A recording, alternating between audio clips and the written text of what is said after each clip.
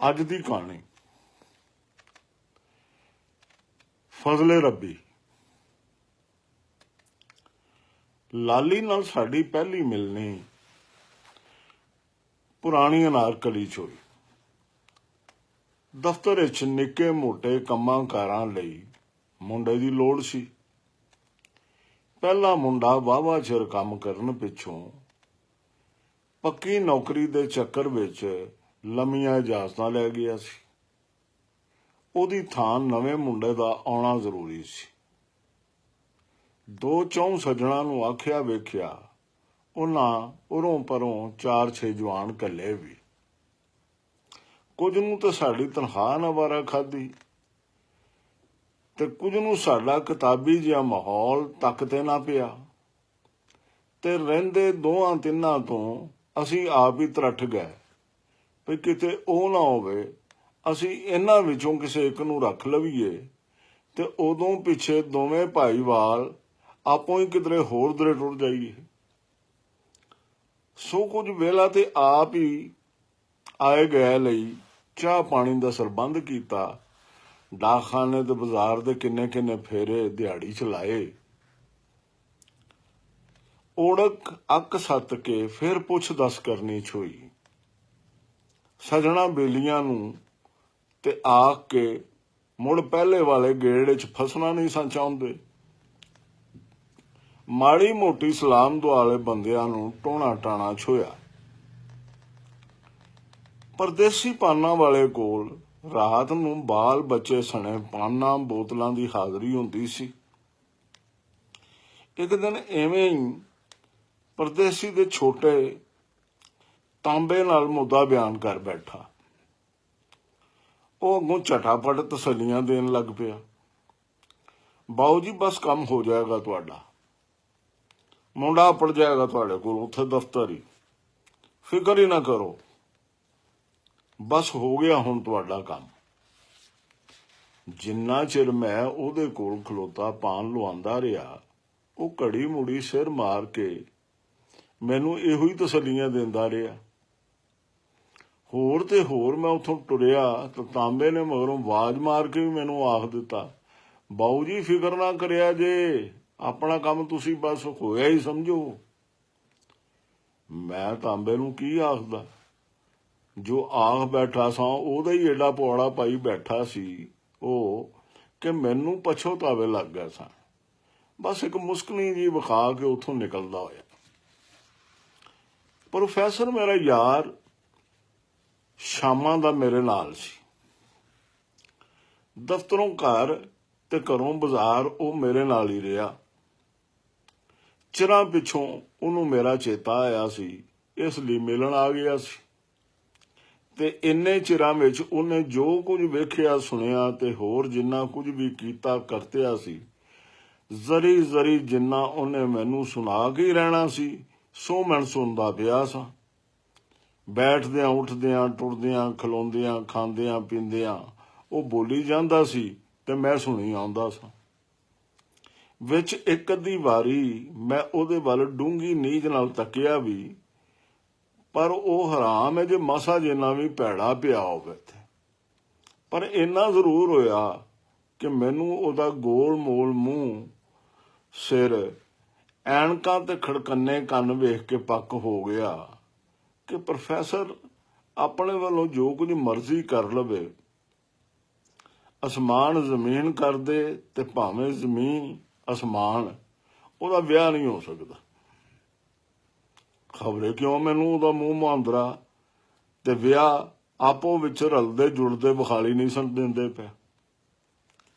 Cigarette ਲੈਣ ਖਲੋਤੇ ਤੇ ਮੈਨੂੰ ਤਾਂਬੇ ਦੇ ਛਿੜ ਪੈਣ ਦਾ ਡਰ ਸੀ। ਪਰ ਪ੍ਰੋਫੈਸਰ ਨੇ ਉਹਦੀ ਵਾਰੀ ਨਾ ਆਉਣ ਦਿੱਤੀ। ਤਾਂਬਾ ਵਿਚਾਰਾ ਮੈਨੂੰ ਇੰਨਾ ਹੀ ਦੱਸ ਸਕਿਆ, ਕੰਮ ਵਾਲਾ ਮੁੰਡਾ ਆਇਆ ਹੋਇਆ, ਮੈਂ ਹੁਣੇ ਮਿਲਾ ਦੇਣਾ ਤੁਹਾਡੇ ਨਾਲ। ਤੇ ਉਹ ਗੱਲ ਹੋਈ। ਤਾਂਬਾ ਲਾਲੀ ਨੂੰ ਲੈ ਕੇ ਚਾਹਖਾਨੇ ਤੇ ਆ ਗਿਆ। ਮੈਂ ਚਾਹੁੰਦਾ ਸਾਂ ਲਾਲੀ ਮੈਨੂੰ ਸਵੇਰੇ ਦਫ਼ਤਰ ਆ ਕੇ ਮਿਲੇ, ਪਰ ਪ੍ਰੋਫੈਸਰ ਦੀ ਤਕਰੀਰਬਾਜ਼ੀ ਤੋਂ ਬਚਾਅ ਦਾ ਰਾਹ ਵੀ ਇਹੋ ਹੀ ਦਿਸਿਆ ਮੈਨੂੰ ਕਿ ਲਾਲੀ ਨਾਲ ਇੱਥੇ ਬਾਜ਼ਾਰ 'ਚ ਹੀ ਗੱਲਬਾਤ ਕਰ ਲਈ ਜਾਏ। ਲਾਲੀ ਦੀ ਉਮਰ ਹੋਣੀ ਇਹੋ ਹੀ ਕੋਈ 14-15 ਵਰੇ, ਗੋਰਾ ਚਿੱਟਾ ਰੰਗ, ਲਗਰ ਜਿਹਾ ਵਜੂਦ, ਸ਼ਰਟ ਜੀਨਸ ਤੇ ਵਾਲਾਂ ਦੇ ਸਟਾਈਲ ਤੋਂ ਉਹ ਕਿਸੇ ਤਰ੍ਹਾਂ ਵੀ ਕੰਮ ਵਾਲਾ ਮੁੰਡਾ ਨਹੀਂ ਸੀ ਲੱਗਦਾ। ਸ਼ਕਲੋਂ ਵੀ ਉਹ ਮਾੜਾ ਮੋਟਾ ਖਾਂਦੇ ਪੀਂਦੇ ਘਰ ਦਾ ਸਕੂਲੀ ਬਾਲ ਜਾਪਦਾ ਸੀ। ਮੈਂ ਉਹਨੂੰ ਨਿੱਕੀਆਂ ਨਿੱਕੀਆਂ ਗੱਲਾਂ ਪੁੱਛਣ ਲੱਗ ਪਿਆ। ਉਹਦੀਆਂ ਅੱਖਾਂ ਮੇਰੇ ਮੂੰਹ ਤੇ ਲੱਗੀਆਂ ਸਨ, ਜਿਨ੍ਹਾਂ ਵਿੱਚੋਂ ਮੈਨੂੰ ਇੱਕ ਅਜੀਬ ਜਿਹਾ ਤਰਲਾ ਝਲਕਦਾ ਵਿਖਾਈ ਦਿੰਦਾ ਸੀ। ਤਰਲਾ ਵੀ ਮੈਨੂੰ ਕੰਮ ਤੋਂ ਨਾ ਕਰਿਆ ਜੇ। ਪ੍ਰੋਫੈਸਰ ਆਪਣੀ ਗੱਲਬਾਤ ਛੱਡ ਕੇ ਉਹਦੀਆਂ ਅੱਖਾਂ ਵਿੱਚ ਹੀ ਝਾਕਦਾ ਪਿਆ ਸੀ। ਲਾਲੀ ਨੇ ਮੈਨੂੰ ਦੱਸਿਆ ਉਹ ਸਕੂਲੇ ਪੜ੍ਹਦਾ 9ਵੀਂ ਜਮਾਤੇ, ਸਕੂਲੋਂ ਆ ਕੇ ਕੰਮ ਤੇ ਆਇਆ ਕਰੇਗਾ। ਇਹੋ ਕੋਈ 1:30-2 ਵਜੇ ਤੇ 5 ਵਜੇ ਤੱਕ ਡਿਊਟੀ ਕਰਿਆ ਕਰੇਗਾ। ਕੰਮ ਕਰਨ ਦੀ ਵਜ੍ਹਾ ਉਹਨੇ ਇਹ ਦੱਸੀ ਵੀ ਉਹ ਸਕੂਲੋਂ ਪਰਤ ਕੇ ਹੋਰਨਾਂ ਮੁੰਡਿਆਂ ਵਾਂਗ ਵਿਹਲਾ ਨਹੀਂ ਫਿਰਨਾ ਚਾਹੁੰਦਾ, ਸਗੋਂ ਕੰਮਕਾਰ ਕਰਕੇ ਆਪਣੇ ਕੱਪੜੇ ਲੱਤੇ ਤੇ ਪੜ੍ਹਾਈ ਲਿਖਾਈ ਦਾ ਭਾਰ ਆਪਣੇ ਸਿਰ ਤੇ ਚੁੱਕਣਾ ਚਾਹੁੰਦਾ ਹੈ। ਮੈਂ ਉਹਨੂੰ ਉਹਦੇ ਕੰਮਕਾਰ ਬਾਰੇ ਦੱਸਿਆ ਤੇ ਨਾਲ ਆਖਿਆ ਵੀ ਤੈਨੂੰ 800 ਰੁਪਇਆ ਮਹੀਨੇ ਦਾ ਮਿਲਿਆ ਕਰੇਗਾ। ਉਹ ਛੇਤੀ ਨਾਲ ਮੰਨ ਗਿਆ ਤੇ ਦੂਜੇ ਦਿਨ ਕੰਮ ਤੇ ਆਣ ਦਾ ਕੇ ਟੁਰ ਗਿਆ। ਪ੍ਰੋਫੈਸਰ ਬਥੇਰਾ ਚਿਰ ਚੁੱਪ ਕੀਤੀ ਰਿਹਾ ਸੀ। ਉਹਦੇ ਜਾਣ ਪਿੱਛੋਂ ਝੱਟ ਬੋਲਿਆ, ਸਰਕਾਰ ਇਹ ਬੰਦਾ ਨਾ ਰੱਖਿਆ ਜੀ, ਮੇਰੀ ਮੰਨੋ ਤੇ। ਮੈਂ ਪੁੱਛਿਆ ਕਿਉਂ, ਇਹੋ ਜੀ ਕਿਹੜੀ ਗੱਲ ਏ? ਨਮਾਣਾ ਜਿਹਾ ਮੁੰਡਾ ਹੈ, ਮਾਂ ਪਿਓ ਤੇ ਭਾਰ ਨਹੀਂ ਪਾਣਾ ਚਾਹੁੰਦਾ, ਚੰਗੀ ਗੱਲ ਏ। ਤੁਸੀਂ ਜਨਾਬ ਇਹਦੀਆਂ ਅੱਖਾਂ ਨਹੀਂ ਵੇਖੀਆਂ। ਉਹਨੇ ਆਪਣੀ ਪ੍ਰੋਫੈਸਰੀ ਖਿਲਾਰਨੀ ਸ਼ੁਰੂ ਕੀਤੀ। ਕੀ ਸੀ ਇਹਦੀਆਂ ਅੱਖਾਂ 'ਚ? ਮੈਨੂੰ ਤਾਂ ਤਰਲੇ ਤੋਂ ਬਿਨਾਂ ਕੁਝ ਵਿਖਾਲ ਹੀ ਨਹੀਂ ਦਿੱਤਾ ਉੱਥੇ। ਮੈਂ ਵੀ ਪ੍ਰੋਫੈਸਰ ਨਾਲ ਸਿੰਘ ਫਸਾਉਣ ਲਈ ਤਿਆਰ ਹੋ ਗਿਆ। ਉਹ ਭੋਲੇ ਬਾਦਸ਼ਾਹ, ਇਹ ਅੱਖਾਂ ਦੀ ਬੋਲੀ ਤੁਸੀਂ ਨਹੀਂ, ਅਸੀਂ ਸਮਝਨੇ ਆ। ਸਾਰਾ ਦਿਨ ਇਹਨਾਂ ਮੁੰਡਿਆਂ ਖੁੰਡਿਆਂ 'ਚ ਰਹੀਦਾ, ਤੁਹਾਡੇ ਵਾਂਗੂ ਕਾਗਜ਼ਾਂ ਦੇ ਝੱਲ ਵਿੱਚ ਹੀ ਨਹੀਂ ਡੁੱਬੇ ਰਹੀਦਾ। ਪ੍ਰੋਫੈਸਰ ਬੜੇ ਮਾਣ ਨਾਲ ਬੋਲਿਆ। ਪਰ ਹੈ ਕੀ ਸੀ ਪ੍ਰੋਫੈਸਰ ਉਹਦੀਆਂ ਅੱਖਾਂ 'ਚ, ਇਹ ਵੀ ਤੇ ਦੱਸੇ ਨਾ। ਬੜੀਆਂ ਡੈਮਰੀ ਅੱਖਾਂ ਸਾਜੇ। ਜੋ ਕੁਝ ਇਹ ਮੁੰਡਾ ਆਂਦਾ ਪਿਆ ਸੀ ਉਹਦੇ ਨਾਲ ਲੱਗਾ ਨਹੀਂ ਸਨ ਖਾਂਦੀਆਂ, ਕੁਝ ਲੁਕਾਉਂਦੀਆਂ ਪਈਆਂ ਸਨ। ਮੇਰੀ ਮੰਨ ਲੈ, ਕੰਮ ਤੇ ਨਾ ਰੱਖ, ਨਹੀਂ ਤਾਂ ਖਤਾ ਖਾਵੇਂਗਾ। ਪ੍ਰੋਫੈਸਰ ਜਿਵੇਂ ਅੜੀ ਗਿਆ ਸੀ। ਮੈਂ ਆਖਿਆ, ਵੇਖ ਪ੍ਰੋਫੈਸਰ, ਕੀ ਖਤਾ ਖਾਵਾਂਗਾ ਮੈਂ? ਇਹ ਛੋਟਾ ਜਿਹਾ ਬਲੂੰਗੜਾ ਕੀ ਚੋਟ ਕਰ ਜਾਏਗਾ ਮੇਰੇ ਨਾਲ? ਅਸੀਂ ਕੋਈ ਕੈਸ਼ ਉੱਤੇ ਤੇ ਬਾਣਾ ਨਹੀਂ ਇਹਨੂੰ। ਕਿਚਨ ਦਾ ਕੰਮ ਕੀਤਾ ਕਰੇਗਾ, ਇਹੋ ਆਏ ਗਏ ਲਈ ਚਾਹ ਪਾਣੀ ਦਾ ਸਰਬੰਧ।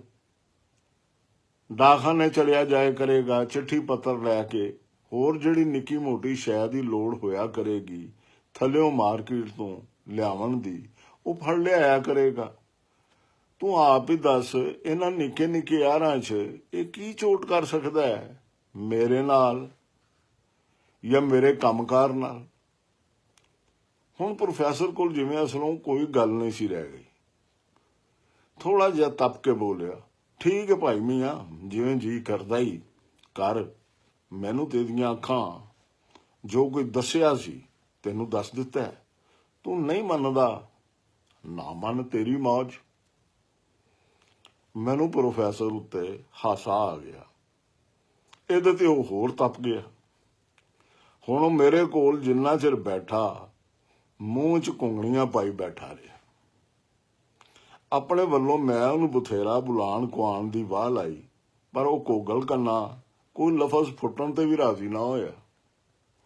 ਉਹਦੇ ਕੋਲ ਢਿੱਲਾ ਜਿਹਾ ਹੱਥ ਮਿਲਾ ਕੇ ਤਿੱਤਰ ਹੋ ਗਿਆ। ਲਾਲੀ ਦੂਜੇ ਦਿਨ ਕੰਮ ਤੇ ਅੱਪੜ ਗਿਆ। ਮੈਂ ਉਹਨੂੰ ਇੱਕ ਇੱਕ ਕੰਮ ਵੇਰਵੇ ਨਾਲ ਸਮਝਾ ਦਿੱਤਾ। ਕਿਚਨ, ਦਫ਼ਤਰ, ਮਾਰਕੀਟ, ਡਾਕਖਾਨੇ ਨਾਲ ਵਾਹ ਵਰਤਣ ਉਹਦੇ ਕੰਨੀ ਪਾ ਦਿੱਤੀ। ਉਹਨੂੰ ਉਹ ਸਟੂਲ ਵਿਖਾ ਦਿੱਤਾ ਜਿਹਦੇ ਉੱਤੇ ਕੰਮਕਾਰ ਤੋਂ ਵਿਹਲਿਆਂ ਹੋ ਕੇ ਉਹਨੇ ਬੈਠਿਆ ਕਰਨਾ ਸੀ। मैं लाली नूं ਇਹ ਵੀ ਦੱਸ ਦਿੱਤਾ ਵੀ ਜਿਸ ਵੇਲੇ ਉਹ ਮੈਨੂੰ ਕੰਮਕਾਰ ਤੋਂ ਫਾਰਗ ਵੇਖੇ ਤਾਂ ਬਿਨਾਂ ਸ਼ੱਕ ਮੇਰੇ ਸਾਹਮਣੇ ਕੁਰਸੀ ਉੱਤੇ ਵੀ ਆਣ ਬੈਠੇ।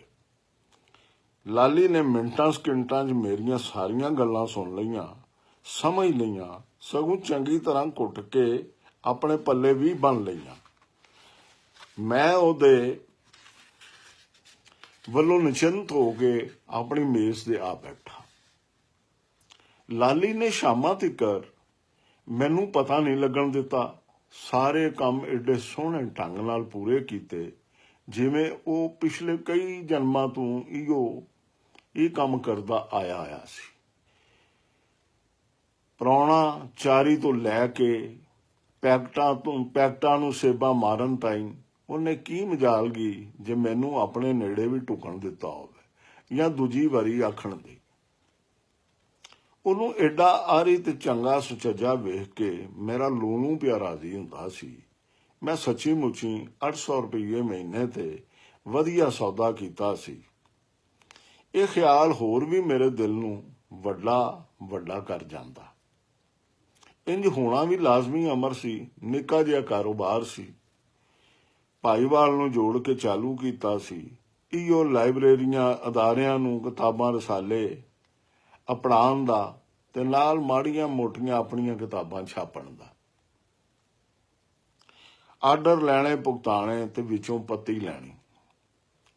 ਦੂਜਾ ਵਰ੍ਹਾ ਪਿਆ ਹੁੰਦਾ ਸੀ। ਕੰਮਕਾਰ ਦੀ ਚਾਲ ਵੀ ਵਾਹਵਾ ਤਸੱਲੀ ਬਖਸ਼ ਸੀ, ਪਰ ਫਿਰ ਵੀ ਅਸੀਂ ਖਰਚਿਆਂ ਦੇ ਮਾਮਲੇ ਵਿੱਚ ਢੇਰ ਸਾਵਧਾਨੀ ਵਰਤਦੇ ਸਾਂ। ਥੋੜਾ ਕੀਤਿਆਂ ਅਸੀਂ ਕਿਸੇ ਵੀ ਕੰਮ ਤੇ ਪੈਸਾ ਖਰਚਣ ਲਈ ਤਿਆਰ ਨਹੀਂ ਸਾਂ ਹੁੰਦੇ। ਚਾਰੇ ਬੰਨੇ ਜਦੋਂ ਉਸ ਕੰਮ ਬਿਨਾਂ ਸਾਡਾ ਸਰਦਾ ਨਹੀਂ ਸੀ ਤਾਂ ਕਿਤੇ ਜਾ ਕੇ ਉਹਦੇ ਤੇ 4 ਛਿੱਲੜ ਲਾਉਂਦੇ ਸਾਂ, ਉਹ ਵੀ ਬੜੇ ਸਰਫੇ ਨਾਲ। ਇਸ ਕਰਕੇ ਥੋੜੇ ਪੈਸਿਆਂ ਉੱਤੇ ਏਡਾ ਉਦਮੀ ਕਰਿੰਦਾ ਲੱਭ ਲਿਆਵਣ ਦੀ ਖੁਸ਼ੀ ਕੁਦਰਤੀ ਸੀ। ਲਾਲੀ 2 ਵਜੇ ਟਿਚਨ ਦਫ਼ਤਰ ਆਪੜ ਪਾਉਂਦਾ। ਉਹਦੇ ਆਉਣ ਤਾਈਂ ਮੈਂ ਚਿੱਠੀਆਂ ਸਰਕੂਲਰ ਟਾਈਪ ਕਰਕੇ ਡਾਕ ਤਿਆਰ ਰੱਖੀ ਹੁੰਦੀ। ਉਹ ਆਪੜਦਿਆਂ ਸਾਰ ਡਾਕ ਲੈ ਕੇ ਡਾਕਖਾਨੇ ਟੁਰ ਪੈਂਦਾ। ਨਾਲ ਕਿਚਨ ਲਈ ਜਿਹੜੀ ਸ਼ੈ ਜ਼ਰੂਰੀ ਹੁੰਦੀ ਉਹਦਾ ਵੀ ਥੌ ਕਰ ਲੈਂਦਾ। ਹੋਰ ਦਫ਼ਤਰ 'ਚ ਵੀ ਕਿਸੇ ਸ਼ੈ ਦੀ ਥੋੜ ਲੋੜ ਹੁੰਦੀ, ਉਹਦਾ ਵੀ ਮੇਥੋਂ ਪੁੱਛ ਲੈਂਦਾ ਤੇ ਘੱਟ ਵੇਲੇ ਵਿੱਚ ਬਾਹਰ ਦੇ ਸਾਰੇ ਕੰਮ ਭੁਗਤਾ ਕੇ ਪਰਤ ਆਉਂਦਾ। ਜੇ ਕੋਈ ਪ੍ਰਾਹੁਣਾ ਆ ਜਾਂਦਾ ਤਾਂ ਉਹ ਝੱਟ ਅੰਦਾਜ਼ਾ ਲਾ ਲੈਂਦਾ ਵੀ ਉਹਦੀ ਟਹਿਲ ਸੇਵਾ ਕਰਨੀ ਚਾਹੀਦੀ ਜਾਂ ਨਹੀਂ। ਇਸ ਤੋਂ ਅੱਡ ਉਹ ਕਿਤਾਬਾਂ ਦੇ ਪੈਕਟ ਵੀ ਬੰਨ ਜੋੜ ਲੈਂਦਾ। ਸਾਰੇ ਕੰਮ ਨਿਬੇੜ ਕੇ ਲਾਲੀ ਬੂਹੇ ਦੇ ਕੋਲ ਪੈ ਸਟੂਲ ਤੇ ਚੜ੍ਹ ਕੇ ਮੇਰੇ ਵੱਲ ਝਾਕਦਾ ਰਹਿੰਦਾ। ਫਰਸ਼ ਤੋਂ ਉਹਦੇ ਮਸਾਂ ਚੱਪਾ ਉੱਚੇ ਪੈਰ ਘੜੀ ਦੇ ਪੈਂਡੂਲਮ ਵਾਂਗ ਤਣੀ ਬਾਂਹ ਹਿੱਲਦੇ ਰਹਿੰਦੇ। ਉਹ ਮੇਰੇ ਕੰਮ ਨਿਬੇੜਨ ਦੀ ਉਡੀਕ ਵਿੱਚ ਕਿੰਨਾ ਚਿਰ ਉਂਝੇ ਬੈਠਾ ਮੇਰੇ ਵੱਲ ਝਾਕਦਾ ਤੇ ਪੈਰ ਹਿਲਾਉਂਦਾ ਰਹਿੰਦਾ। ਇਸ ਵੇਲੇ ਵਿੱਚ ਉਹਨੂੰ ਕਿਸੇ ਗੱਲ ਲਈ ਆਪਣੀ ਲੋੜ ਨਜ਼ਰੀ ਆਉਂਦੀ ਤਾਂ ਝੱਟ ਬਿੱਲੀ ਵਾਲੇ ਸਟੂਲ ਤੋਂ ਲੱਥਦਾ, ਛੇਤੀ ਨਾਲ ਕੰਮ ਕਰਦਾ ਤੇ ਫਿਰ ਉੱਥੇ ਹੀ ਆ ਕੇ ਬਹਿ ਜਾਂਦਾ। ਮੈਂ ਸਾਰੇ ਕੰਮਕਾਰ ਤੋਂ ਵਿਹਲਾ ਹੋ ਕੇ ਕੁਰਸੀ ਦੀ ਢੋ ਨਾਲ ਸਿਰ ਲਾਉਂਦਿਆਂ ਸਿਗਰਟ ਤੁਖਾਂਦਾ ਤੇ ਉਹ ਜਿਵੇਂ ਸੌਖਾ ਹੋ ਜਾਂਦਾ। ਇਸ ਗੱਲ ਦਾ ਮੈਨੂੰ ਆਪਣੇ ਮੂੰਹ ਤੇ ਗੱਡੀ ਉਹਦੀ ਤੱਕਣੀ ਤੋਂ ਹੀ ਅਹਿਸਾਸ ਜਿਹਾ ਆਉਂਦਾ। ਹੋਰ ਮੈਂ ਉਹਦੇ ਵੱਲ ਝਾਕਦਾ ਵੇਖਦਾ ਘੱਟ ਹੀ ਸਾਂ। ਉਹ ਸਟੂਲ ਤੋਂ ਲੈ ਕੇ ਹੌਲੀ ਮੇਰੇ ਮੇਜ਼ ਕੋਲ ਆਉਂਦਾ ਤੇ ਫਿਰ ਸਾਹਮਣ ਲਈ ਕੁਰਸੀ ਉੱਤੇ ਬਹਿ ਜਾਂਦਾ। ਉਸ ਵੇਲੇ ਮੈਂ ਉਹਨੂੰ ਤੱਕਦਾ ਤੇ ਉਹਦੇ ਸੂਹੇ ਰੱਤੇ ਹੋਠਾਂ ਉੱਤੇ ਇੱਕ ਚਾਨਣ ਭਰੀ ਮੁਸਕਾਨ ਖਿੰਡ ਜਾਂਦੀ। ਹਾਂ ਬਈ, ਸਭ ਠੀਕ ਚੱਲਦਾ ਪਿਆ? ਮੈਂ ਉਹਨੂੰ ਪੁੱਛਦਾ। ਹਾਂਜੀ, ਸਭ ਠੀਕ। ਲਾਲੀ ਥੋੜੀ ਜਿਹੀ ਗੁੰਗਣੀ ਆਵਾਜ਼ 'ਚ ਬੋਲਦਾ। ਉਹਦੇ ਹੋਠਾਂ ਦੀ ਮੁਸਕਾਨ ਗੂੜੀ ਹੁੰਦੀ ਜਾਂਦੀ ਤੇ ਫਿਰ ਪਤਾ ਨਹੀਂ ਕਿੱਥੋਂ ਉਹਨੂੰ ਗੱਲਾਂ ਦੇ ਕਟਕਾਂ ਦੇ ਕਟਕ ਔੜਨ ਲੱਗ ਪਾਉਂਦੇ। ਅੰਕਲ ਕਰਦਾ ਉਹ ਮੈਨੂੰ ਘੜੀ ਮੁੜੀ ਤੁਮਕੇ ਮਾਰਦਾ। ਪਤਾ ਨਹੀਂ ਕਿੱਥੋਂ ਦੀਆਂ ਗੱਲਾਂ ਸੁਣਾਉਣ ਲੱਗ ਪੈਂਦਾ। ਘਰ ਦੀਆਂ, ਸਕੂਲ ਦੀਆਂ, ਗਲੀ ਮਹੱਲੇ ਦੀਆਂ, ਵੈਗਨਾਂ, ਬੱਸਾਂ, ਆਪਣੇ ਸੰਗੀਆਂ ਸਾਥੀਆਂ, ਰਿਸ਼ਤੇਦਾਰਾਂ ਤੇ ਮਿਲਣ ਗਿਲਣ ਵਾਲਿਆਂ ਦੀਆਂ ਖਬਰੇ ਕਿਹੜੀਆਂ ਕਿਹੜੀਆਂ ਗੱਲਾਂ ਉਹਦੇ ਮੂੰਹੋਂ ਨਿਕਲਣ ਲੱਗ ਪੈਂਦੀਆਂ। ਮੈਂ ਚੁੱਪ ਕੀਤਾ, ਉਹਦਾ ਮੂੰਹ ਵਾਚਦਾ ਰਹਿੰਦਾ। ਪਤਾ ਨਹੀਂ ਕਿਉਂ ਉਹਦੀਆਂ ਗੱਲਾਂ ਸੁਣ ਕੇ ਇੱਕ ਸਵਾਦ ਜਿਹਾ ਆਉਂਦਾ। ਖਬਰੇ ਕੰਮ ਕਰ ਕਰਕੇ ਮੇਰੀ ਹਮ ਟੁੱਟੀ ਹੁੰਦੀ ਤੇ ਉਹਦੀਆਂ ਕਹਾਣੀਆਂ ਨਾਲ ਮੈਨੂੰ ਕਿਸੇ ਪੱਧਰ ਤੇ ਅੰਦਰ ਕਰਕੇ ਸੁੱਖ ਜਿਹਾ ਮਹਿਸੂਸ ਹੁੰਦਾ। ਕਿਧਰੇ ਕਿਧਰੇ ਮੈਂ ਉਹਦੇ ਕਿੱਸਿਆਂ ਤੋਂ ਅਖਤਾ ਜਿਹਾ ਵੀ ਪੈਣ ਲੱਗ ਪੈਂਦਾ। ਉਹਦੀ ਨਿਗਾਹ ਗੱਲ ਕਰਦਿਆਂ ਮੇਰੇ ਮੂੰਹ ਤੇ ਲੱਗੀ ਰਹਿੰਦੀ। ਜਿੱਥੇ ਮੈਨੂੰ ਬੇਸਵਾਦੀ ਜਿਹੀ ਹੁੰਦੀ, ਉੱਥੇ ਹੀ ਉਹ ਗੱਲ ਨੂੰ ਬਦਲ ਜਾਂਦਾ ਏਡੀ ਸੁਥਰਾਈ ਨਾਲ ਕਿ ਮੈਨੂੰ ਹਾਸਾ ਜਿਹਾ ਆ ਜਾਂਦਾ ਤੇ ਮੈਂ ਦਿਲ ਹੀ ਦਿਲ ਵਿੱਚ ਉਹਦੀ ਕਲਾਕਾਰੀ ਨੂੰ ਵਡਿਆਏ ਬਿਨਾਂ ਨਾ ਰਹਿ ਸਕਦਾ। ਸਾਡੇ ਗੁਆਂਢ ਦਾ ਫਲੈਟ 'ਚ ਰੁਕਣਾ ਖਾਲੀ ਸੀ। ਇੱਕ ਦਿਹਾੜੇ ਥੱਲੇ ਗਲੀ 'ਚ ਇੱਕ ਪਿਕਅਪ ਖਲੋਤੀ, ਉਹਦੇ ਵਿੱਚੋਂ ਘਰ ਗ੍ਰਸਤੀ ਦਾ ਵਲੇਵਾ ਨਿਕਲਿਆ ਤੇ ਉਸ ਫਲੈਟ 'ਚ ਅਪੜਨ ਲੱਗ ਪਿਆ।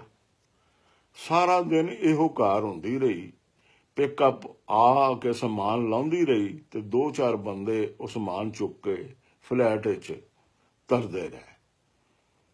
ਲਾਲੀ ਨੂੰ ਉਧਰ ਦੀ ਬੜੀ ਕੈੜ ਸੀ।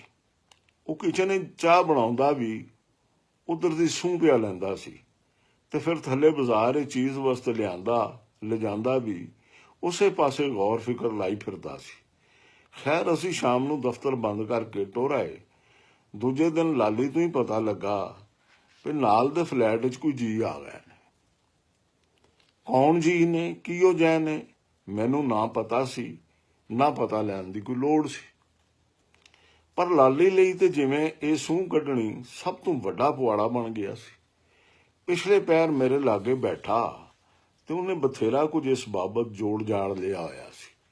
ਆਖਣ ਲੱਗਾ, ਇੱਧਰ ਨਾਲ ਦੇ ਘਰ ਵਿੱਚ 2 ਕੁ ਜ਼ਨਾਨੀਆਂ ਆਈਆਂ ਨੇ, ਬੱਚੇ ਨੇ, ਤੇ ਅੰਕਲ ਮੇਰਾ ਖਿਆਲ ਏ ਵੀ ਇਹਨਾਂ ਜ਼ਨਾਨੀਆਂ ਨਾਲ ਕੋਈ ਬੰਦਾ ਨਹੀਂ, ਕੱਲੀਆਂ ਜ਼ਨਾਨੀਆਂ ਹੀ ਨੇ। ਮੈਨੂੰ ਲਾਲੀ ਦੀ ਗੱਲ ਕੋਈ ਚੋਖੀ ਗੌ ਗੋਚਰੀ ਨਾ ਲੱਗੀ। ਮੈਂ ਕਿਹਾ, ਲਾਲੀ ਯਾਰ, ਇਹਦੇ ਨਾਲ ਤੈਨੂੰ ਕੀ ਲੱਗੇ? ਜੋ ਵੀ ਨੇ ਤੂੰ ਰਹਿਣ ਦੇ ਨੇ, ਆਪਣਾ ਕੰਮ ਕੀਤੀ ਰੱਖ। ਉਹ ਮੈਨੂੰ ਲੱਗਾ ਜਿਵੇਂ ਕੁਝ ਆਖਣਾ ਚਾਹੁੰਦਾ ਸੀ, ਪਰ ਫਿਰ ਪਤਾ ਨਹੀਂ ਕਿਵੇਂ ਬੁਲਾ ਗਿਆ। ਉਹਦੀ ਜਾਣਕਾਰੀ ਠੀਕ ਹੀ ਸੀ। 2-4 ਦਿਨਾਂ 'ਚ ਮੈਨੂੰ ਵੀ ਸਮਝ ਆ ਗਈ ਵੀ ਉਹ ਨਿਰੀਆਂ ਜ਼ਨਾਨੀਆਂ ਹੀ ਸਨ, ਬੰਦਾ ਕੋਈ ਨਹੀਂ ਸੀ ਉਹਨਾਂ ਨਾਲ। ਬਸ 2-3 ਨਿੱਕੇ ਨਿੱਕੇ ਬਾਲ ਸਨ ਤੇ ਉਹ ਦੋਵੇਂ ਜ਼ਨਾਨੀਆਂ ਵਾਹਵਾ ਖੁੱਲੇ ਜਿਹੇ ਸੁਭਾਅ ਦੀਆਂ ਸਨ। ਓਲੇ ਪੜਦੇ ਤੋਂ ਨਿਸ਼ਚਿੰਤ ਜਿਹੀਆਂ, ਦੋਵਾਂ ਦੀ ਉਮਰ ਵੀ ਕੋਈ ਏਡੀ ਚੋਖੀ ਨਹੀਂ ਸੀ ਤੇ ਠੁੱਲੇ ਵਜੂਦ ਦੀਆਂ ਹੋ ਕੇ ਵੀ ਉਹ ਵਾਹਵਾ ਮੂੰਹ ਮੱਥੇ ਲੱਗਦੀਆਂ ਸਨ। ਸਵੇਰੇ ਜਿਸ ਵੇਲੇ ਮੈਂ ਦਫ਼ਤਰ ਆਉਂਦਾ, ਉਹ ਮੈਨੂੰ ਅਕਸਰ ਪੌੜੀਆਂ ਤੇ ਉਤਲੀ ਰਾਹਦਾਰੀ 'ਚ ਬੌਕਰ ਭਾਰੀ ਦਿੰਦੀਆਂ ਵਿਖਾਲੀ ਦਿੰਦੀਆਂ। ਮੈਂ ਉਹਨਾਂ ਕੋਲੋਂ ਅਡੋਲ ਕਰਕੇ ਲੰਘ ਆਉਂਦਾ। ਇੰਨਾ ਸੀ ਵੀ ਉਹ ਮੈਨੂੰ ਵੇਖ ਕੇ ਹੱਥ ਢੱਕ ਲੈਂਦੀਆਂ, ਪਰ ਅਗਾਂਹ ਪਿਛਾਂ ਹੋ ਕੇ ਪਰਦੇ ਵਾਲੇ ਰੌਲੇ ਵਿੱਚ ਨਾ ਪੈਂਦੀਆਂ, ਸਗੋਂ ਪਾਸੇ ਤੇ ਖਲੋ ਕੇ ਮੈਨੂੰ ਬਿਤਰ ਬਿਤਰ ਤੱਕਦੀਆਂ ਰਹਿੰਦੀਆਂ, ਜਿਵੇਂ ਬੁਲਾਣ ਪੈਂਦੀਆਂ ਹੋਣ। ਮੈਂ ਆਪਣੀ ਰੌਹ ਵਿੱਚ ਹੀ ਉਹਨਾਂ ਦੇ ਕੋਲੋਂ ਦੀ ਲੰਘ ਕੇ ਦਫ਼ਤਰ ਆ ਜਾਂਦਾ। ਲਾਲੀ ਨੂੰ ਉਹਨਾਂ ਦੀ ਝੋਕੀ ਚਿੰਤਾ ਲੱਗੀ ਰਹਿੰਦੀ ਸੀ ਜਿਵੇਂ, ਪਰ ਮੈਂ ਲਾਲੀ ਦੇ ਮਾਮਲੇ ਵੱਲ ਵੀ ਧਿਆਨ ਨਾ ਦਿੰਦਾ। ਲਾਲੀ ਮੇਰੇ ਨੇੜੇ ਬਹਿ ਕੇ ਉਹਨਾਂ ਦੀ ਕੋਈ ਗੱਲ ਕਰਨੀ ਚਾਹੀ ਤੇ ਮੈਂ ਉਹਨੂੰ ਆਪਣੇ ਢੰਗ ਨਾਲ ਹੋੜ ਦਿੱਤਾ, ਪਰ ਉਹ ਮੁੜਨ ਵਾਲਾ ਕਦੋਂ ਸੀ। ਇੱਕ ਦਿਹਾੜੇ ਮੈਂ ਕੰਮ ਕਰਕੇ ਹਟਿਆ ਤੇ ਉਹ ਆਪਣੇ ਮੂੰਹ ਤੇ ਢੇਰ ਗੰਭੀਰਤਾ ਖਿਲਾਰੀ ਆਖਣ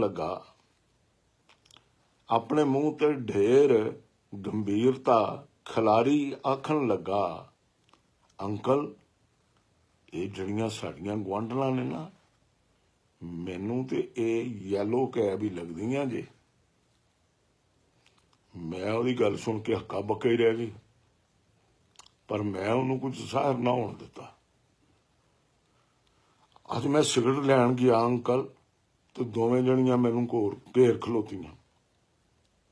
ਸੋਹਣੇ, ਇਹ ਕੋਈ ਦਫ਼ਤਰ ਹੈ? ਮੈਂ ਆਖਿਆ, ਤੁਹਾਨੂੰ ਕੀ ਲੱਗਦਾ? ਆਹੋ, ਦਫ਼ਤਰ ਹੀ ਹੈ।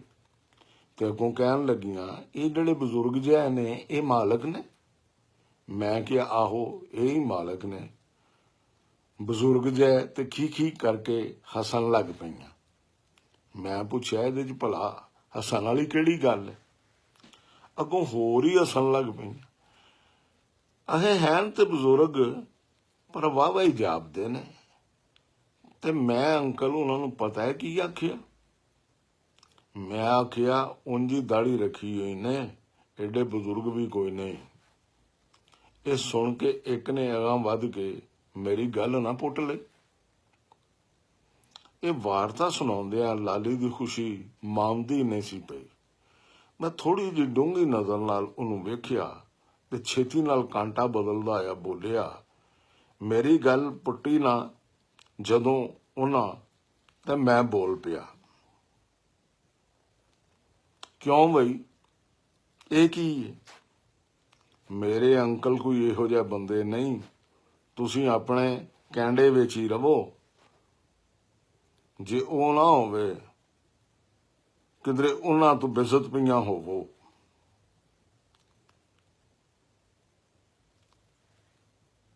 ਇਹ ਵਾਰਤਾ ਸੁਣਾਉਂਦਿਆਂ ਲਾਲੀ ਦੀ ਖੁਸ਼ੀ ਮਾਂਦੀ ਨਹੀਂ ਸੀ ਪਈ। ਮੈਂ ਥੋੜੀ ਜਿਹੀ ਡੂੰਘੀ ਨਜ਼ਰ ਨਾਲ ਉਹਨੂੰ ਵੇਖਿਆ ਤੇ ਛੇਤੀ ਨਾਲ ਕਾਂਟਾ ਬਦਲਦਾ ਹੋਇਆ ਬੋਲਿਆ, ਮੇਰੀ ਗੱਲ ਪੱਟੀ ਨਾ ਜਦੋਂ ਉਹਨੇ ਤੇ ਮੈਂ ਬੋਲ ਪਿਆ। ਕਿਉਂ ਬਾਈ ਇਹ ਕੀ ਹੈ? ਮੇਰੇ ਅੰਕਲ ਕੋਈ ਇਹੋ ਜਿਹੇ ਬੰਦੇ ਨਹੀਂ, ਤੁਸੀਂ ਆਪਣੇ ਕੈਂਡੇ ਵਿੱਚ ਹੀ ਰਵਿਆ ਜੇ। ਉਹ ਨਾ ਹੋਵੇ ਕਿਧਰੇ ਉਹਨਾਂ ਤੋਂ ਬੇਇੱਜ਼ਤ ਪਈਆਂ ਹੋਵੋ। ਕਿਉਂ ਅੰਕਲ ਠੀਕ ਨਹੀਂ ਆਖਿਆ ਮੈਂ ਉਹਨਾਂ ਨੂੰ? ਉਹ ਜਿਵੇਂ ਹੁਣ ਮੇਰੇ ਤੋਂ ਸੋਭਾ ਖੱਟਣੀ ਚਾਹੁੰਦਾ ਸੀ। ਮੈਂ ਅੱਗੋਂ ਇੱਕ ਲਫ਼ਜ਼ ਨਾ ਬੋਲਿਆ, ਪਰ ਅੰਦਰੇ ਅੰਦਰ ਮੈਂ ਜ਼ਰੂਰ ਸੋਚਿਆ ਕਾਫੀ ਖਤਰਨਾਕ ਬੰਦਾ ਹੈ ਲਾਲੀ। ਮੈਂ ਤੈਨੂੰ ਭੋਲਾ ਭਾਲਾ ਇੱਕ ਬਾਲ ਹੀ ਸਮਝੀ ਬੈਠਾ ਸਾਂ, ਪਰ ਇਹ ਤੇ ਖੱਚਰ ਹੈ, ਨਿਰਾ ਖੱਚਰ। ਮੇਰੀ ਕਹਾਣੀ ਚੁੱਪ ਤੋਂ ਉਹਨੇ ਮਿੱਥ ਲਿਆ ਪਈ ਮੈਨੂੰ ਇਹ ਕਹਾਣੀ ਚੰਗੀ ਨਹੀਂ ਲੱਗੀ। ਦੂਜਾ ਇਹਦੇ ਤੋਂ ਮੈਂ ਗਰਮੀ ਵੀ ਖਾ ਸਕਣਾ ਕਿਸੇ ਵੇਲੇ। ਉਹਨੇ ਮੇਰੇ ਨਾਲ ਮੁੜ ਕੇ ਫਿਰ ਕਦੀ ਇਹ ਗੱਲ ਨਾ ਛੇੜੀ ਤੇ ਨਾ ਹੀ ਉਹਨਾਂ ਜ਼ਨਾਨੀਆਂ ਦੀ ਕੈੜ ਸੂਹ ਰੱਖਣ ਦਾ ਮੁੜ ਕੇ ਮੈਨੂੰ ਕੋਈ ਸਬੂਤ ਹੀ ਹੋਣ ਦਿੱਤਾ। ਇੰਨਾ ਜ਼ਰੂਰ ਹੋਇਆ ਕਿ ਉਸ ਦਿਨ ਤੋਂ ਪਿੱਛੇ ਲਾਲੀ ਮੈਨੂੰ ਮੇਰੇ ਬੀਵੀ ਬੱਚਿਆਂ ਦੀਆਂ ਗੱਲਾਂ ਪੁੱਛਦਾ ਰਹਿਣ ਲੱਗ ਪਿਆ। ਆਂਟੀ ਨੂੰ ਬਹੁਤ ਮਿਲਣਾ ਚਾਹੁੰਦਾ ਸੀ।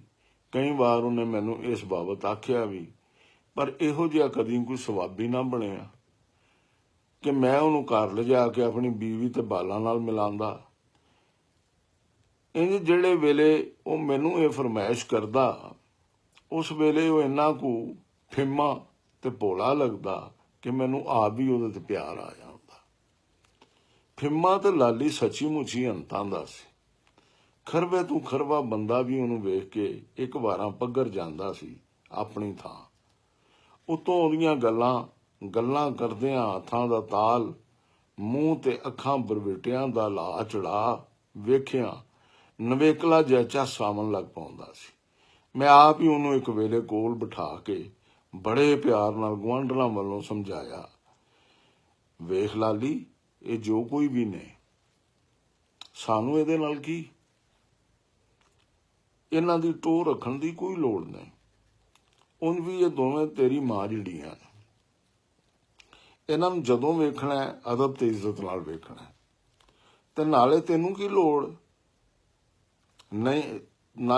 ਕੀ ਲੋੜ ਹੈ ਗੁੜੀਆਂ ਪਾਵਣ ਦੀ? ਆਪਣੇ ਮੂੰਹ ਧਿਆਨ ਆਇਆ ਗਿਆ। ਉਹਨੇ ਮੇਰੀ ਮੱਤ ਬੜੇ ਗੌਰ ਨਾਲ ਸੁਣੀ, ਹਾਂ 'ਚ ਸਿਰ ਮਾਰਿਆ ਤੇ ਫਿਰ ਕਦੀ ਕਦਾਈ ਜੇ ਉਹਨਾਂ ਦੀ ਕੋਈ ਗੱਲ ਕਰਨੀ ਵੀ ਪੈ ਜਾਂਦੀ, ਉਸ ਵੱਡੀ ਅੰਮੀ ਤੇ ਨਿੱਕੀ ਅੰਮੀ ਆਖ ਕੇ ਕਰਦਾ। ਉਹਦੇ ਇੰਜ ਆਖਣ ਵਿੱਚ ਮੈਨੂੰ ਇੱਕ ਟਿਚਕਰ ਜਿਹੀ ਵੀ ਦੱਸ ਪੈਂਦੀ। ਮੈਂ ਉਹਦੇ ਵੱਲ ਤੱਕਦਾ, ਪਰ ਉਹਦਾ ਮੂੰਹ ਪੱਕਾ ਹੀ ਰਹਿੰਦਾ। ਉਸ ਦਿਨ ਉਹ ਆਪਣੇ ਵੇਲੇ ਤੇ ਆਇਆ ਤਾਂ ਉਹਦਾ ਮੂੰਹ ਕੁਝ ਪੁਸੜਿਆ ਹੋਇਆ ਸੀ। ਕੰਮਕਾਰ ਕਰਦਾ ਰਿਹਾ, ਪਰ ਕੁਝ ਫਿੱਕੇ ਫਿੱਕੇ ਰੂਹ ਨਾਲ। ਮੈਨੂੰ ਸਮਝ ਆ ਗਈ ਕਿ ਮਾਮਲਾ ਕੁਝ ਗੜਬੜ ਹੈ। ਬਾਹਰੋਂ ਕੁਝ ਲੋਕ ਆਏ ਸਨ। ਅਟੈਂਡ ਕਰਕੇ ਮੈਂ ਵਿਹਲਾ ਹੋਇਆ ਤਾਂ ਲਾਲੀ ਨੂੰ ਮੈਂ ਕੋਲ ਸੱਦ ਲਿਆ। ਪੁੱਛਿਆ ਤੇ ਪਹਿਲੋਂ ਤੇ ਕੁਝ ਨਹੀਂ ਆਂਦਾ ਰਿਹਾ। ਪੁੱਛਿਆ ਤੇ ਪਹਿਲੋਂ ਤੇ ਕੁਝ ਨਹੀਂ ਆਂਦਾ ਰਿਹਾ।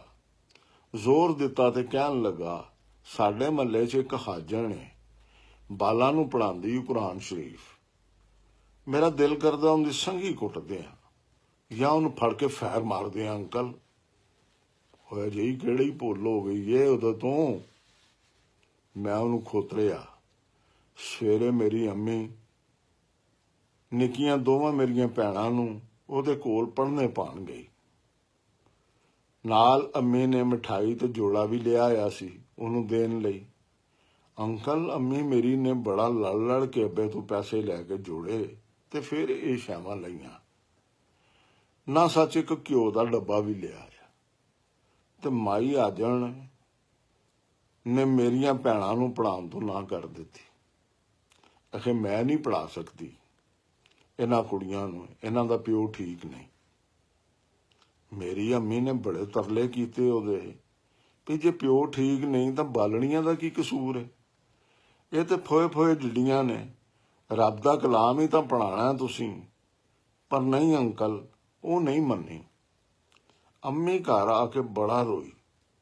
ਮੇਰਾ ਦਿਲ ਤੇ ਕੀਤਾ ਜਾ ਕੇ ਆਜਨ ਨੂੰ ਪੁੱਛਣ ਤੇ, ਪਰ ਮੇਰੀ ਮਾਂ ਨੇ ਮੇਰਾ ਰਾਹ ਡੱਕ ਲਿਆ।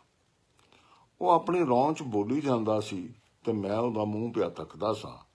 ਉਹਦੀਆਂ ਨਿੱਕੀਆਂ ਕਵਾਸੀਆਂ ਅੱਖਾਂ ਵਿੱਚ ਅਜੇ ਪੀੜ ਭਰੀ ਹੋਈ ਸੀ ਤੇ ਕਬੂਤਰ ਦੀ ਨੱਕੀ ਵਰਗੀਆਂ ਨਾਸੀਆਂ ਸੋਹਣੇ ਤਰਾਸ਼ ਕੇ ਬਣਾਏ ਹੋਏ ਸੂਹੇ ਹੋਂਠ ਫੜਕ ਪੈ ਪੈਂਦੇ ਸਨ। ਉਹਦਾ ਮੈਦੇ ਵਰਗਾ ਚਿੱਟਾ ਰੰਗ ਰੌਹ ਨਾਲ ਲਾਲ ਹੋਇਆ ਪਿਆ ਸੀ, ਜਿਵੇਂ ਅੰਗਿਆਰਾ ਪਿਆ ਪੱਕਦਾ ਹੋਵੇ। ਅੰਕਲ, ਮੇਰਾ ਸਕੂਲ ਵੀ ਨਹੀਂ ਜੀ ਲੱਗਿਆ ਅੱਜ। ਸਾਰਾ ਦਿਨ ਚੁੱਪੀ ਕੱਢਿਆ ਮੈਂ। ਬਸ ਇੱਥੇ ਆ ਕੇ ਅੰਕਲ ਤੁਹਾਡੇ ਨਾਲ ਹੀ ਬੋਲਿਆ, ਨਹੀਂ ਤੇ ਜੀ ਨਹੀਂ ਸੀ ਕਰਦਾ। ਮੈਨੂੰ ਬੜਾ ਹੀ ਦੁੱਖ ਹੋਇਆ ਅੰਕਲ, ਬਹੁਤ ਹੀ ਦੁੱਖ। ਉਹ ਚੁੱਪ ਕਰਕੇ ਬਹਿ ਗਿਆ।